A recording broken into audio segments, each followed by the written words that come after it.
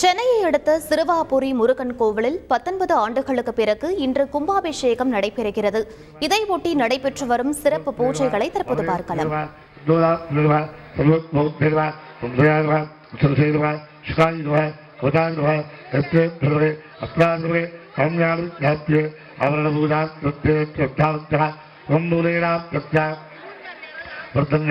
उत्तरे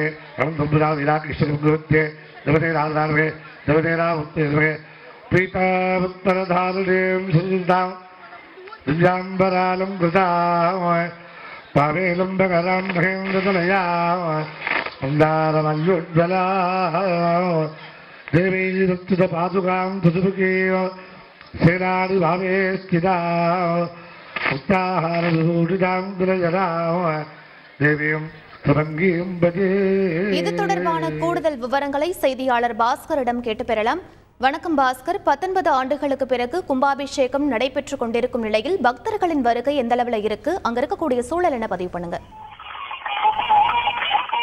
திருவள்ளூர் மாவட்டம் பொன்னாகி அடுத்த இந்த சிறுவாபுரி பிரசித்தி பெற்ற பாலசுப்ரமணிய சுவாமி திருக்கோயில் அமைந்துள்ளது.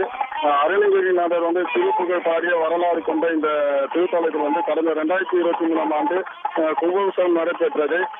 இதனைத் தொடர்ந்து 19 ஆண்டுகளுக்கு பிறகு இன்று மகா கும்பாபிஷேகம் நடைபெற உள்ளது. கடந்த ஓராண்டாக சுமார் 1 கோடி ரூபாய் மதிப்பீட்டில் ஆலய வளம் முழுமையாக புறமைக்கப்பட்டு பணிகள் மேற்கொள்ள கொள்ளப்பட்டது.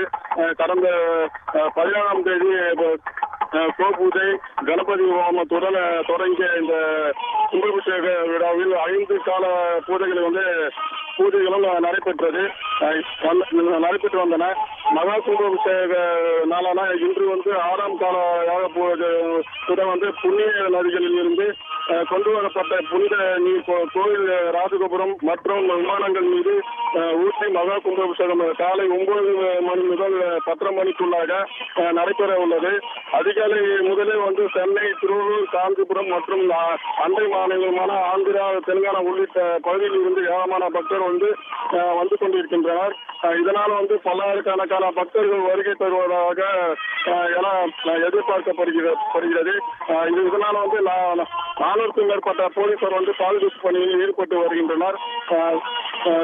தற்காலிக கழிப்பறை, குடிநீர் உள்ளிட்ட ஏற்பாடுகளும் இங்கு பக்தர்களுக்காக செயல்படுகின்றன. 19 ஆண்டுகளுக்கு பிறகு கும்பாபிஷேகம் நடைபெற உள்ளதால் சிறுவாபுரி கிராமம் விழா கோலாகலமாக கொண்டாடப்படுகிறது.